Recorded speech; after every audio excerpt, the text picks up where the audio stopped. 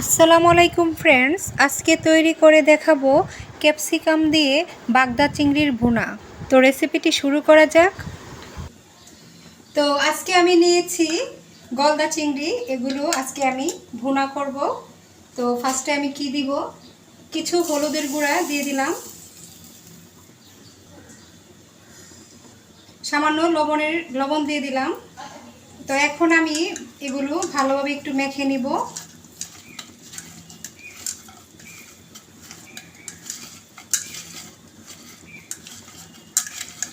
হলুদ আর লবণ দিয়ে একটু ভালোভাবে মেখে নিলাম। তো তার মধ্যে একটু মরিচের গুঁড়া দিতে হবে। এখন মরিচের গুঁড়া আর হলুদের গুঁড়া লবণ মিক্স করে নেব ভালো করে। তো মিক্স করা হয়ে গেছে, এখন আমি এগুলো একটু ভেজে নিব। তো কড়াইয়ের মধ্যে আমি তেল দিয়ে দিলাম। তো তেল গরম হয়ে গেছে, এ পর্যায়ে আমি যে মাছগুলো মেখে নিয়েছিলাম একে একে দিয়ে দিব।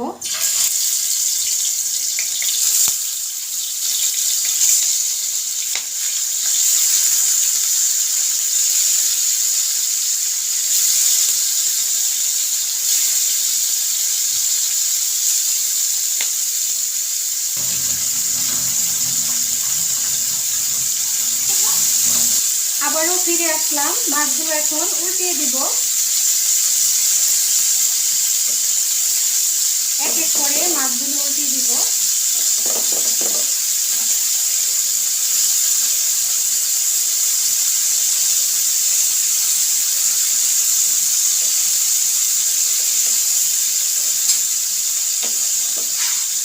এভাবে আমি উল্টে পাল্টিয়ে মাছগুলো ভেজে নিব সুন্দর করে, লাল লাল করে।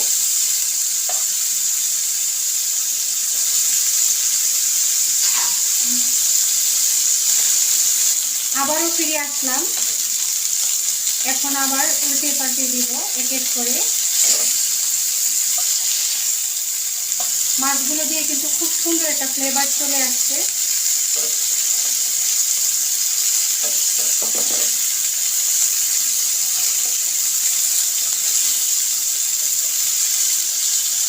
তো মাছগুলো আর আমি বেশিক্ষণ ভাজবো না, এ পর্যায়ে আমি নামিয়ে নিব।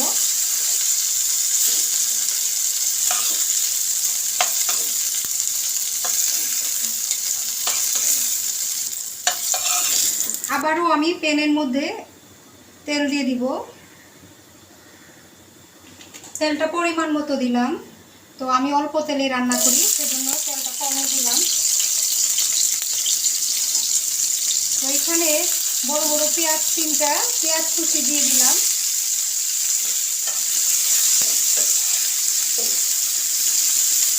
চিংড়ি মাছ ভাজার যে তেলটা ছিল তার মধ্যে আমি কিন্তু তেল দিয়ে দিয়েছি, এতে করে তরকারিটার মধ্যে যে ভুনাটা সেটা খুব ভালো একটা স্মেল ছড়াবে, সেই জন্য দিয়ে দিলাম। তো আমার পেঁয়াজগুলো কিন্তু একটু ভাজা ভাজা হয়ে গেছে, এ পর্যায়ে আমি টমেটোগুলো দিয়ে দিব। এখানে আমি 2টা টমেটো কুচি দিয়ে দিয়েছি। তো টমেটোগুলো এখন আমি নেড়ে চেড়ে মিশিয়ে নিব। পেঁয়াজগুলো ভালোভাবে নেড়ে চেড়ে আমি 2টা টমেটো কুচি দিয়েছি, দিয়ে ভালোভাবে একটু নেড়ে নরম করে নিলাম। তো এখন আমি এর মধ্যে কিছু মশলা অ্যাড করব। 1 চামচের মতো রসুন বাটা দিয়ে দিলাম, একটু কম আছে। পরিমাণ মতো লবণ দিয়ে দিলাম। 1/2 চামচ থেকে একটু বেশি হলুদের গুঁড়া দিয়ে দিলাম।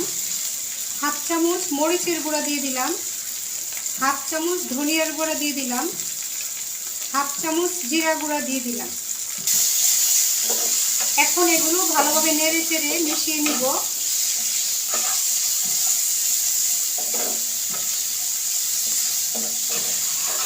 ভালোভাবে নেড়ে চেড়ে মিশিয়ে নিলাম। এখন এই পর্যায়ে কিছু ক্যাপসিকাম দিয়ে দিব, গ্রিন ক্যাপসিকাম দিয়ে দিলাম।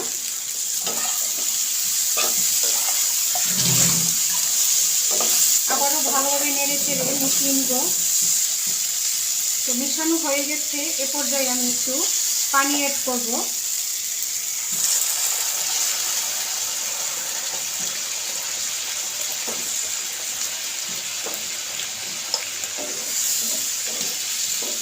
এখন আবারও আমি ভালোভাবে নেড়ে চেড়ে নিব।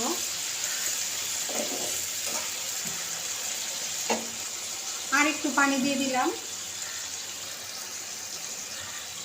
তো এখন আমি কিছুক্ষণের জন্য একটু ঢাকা দিয়ে দিব।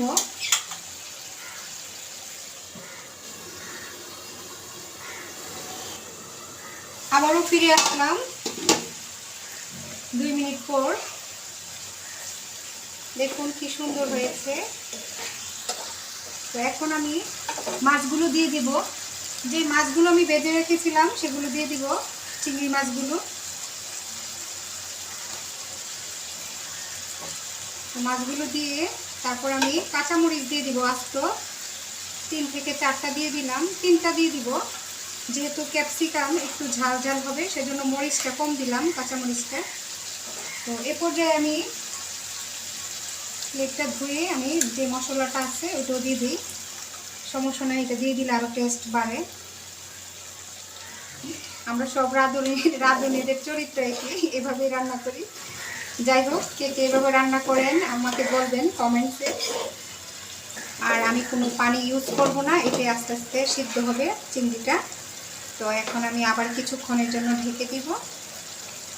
এখন আবারও আমি কিছুক্ষণের জন্য ঢাকা দিয়ে দিই। আর চুলার আঁচটা একদম লো করে দিব, লো হিটে আস্তে আস্তে হবে। আবারও ফিরে আসলাম 2-3 মিনিট পর। দেখুন কি সুন্দর মাছ ভুনাটা কিন্তু হয়ে গেছে।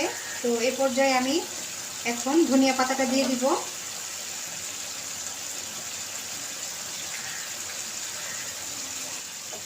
ধনিয়া পাতাটা দেওয়ার পর কিছুক্ষণ নেড়ে চেড়ে নামিয়ে নিব।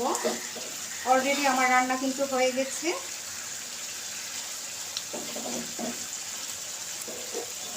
এরকম একটা চিংড়ির ভুনা হলে আর তো কিছু লাগে না, এটাই যথেষ্ট। তো খুবই মজার হয়েছে, আমি আপনাদেরকে বোঝাতে পারবো না, অনেক মজা হয়েছে। আমি ঝুল খেয়ে দেখছিলাম, অনেক স্বাদ হয়েছে। তো কিছুক্ষণের জন্য আমি একটু দমে রাখবো, 1 মিনিটের মতো। তো এখন আবারও ফিরে আসলাম। তো আমার রান্না হয়ে গেছে। এখন আমি আর এটার মধ্যে হাত দিব না, খুব সুন্দর হয়ে গেছে, দেখতে পাচ্ছেন। খুবই জুসি জুসি আর খুবই টেস্ট, মজাদার একটা রান্না। তো এখন আমি পরিবেশন করে আপনাদেরকে দেখাবো আমার এই রান্নাটা।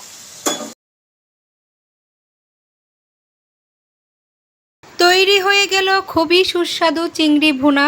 রেসিপিটি ভালো লাগলে অবশ্যই ট্রাই করে দেখবেন।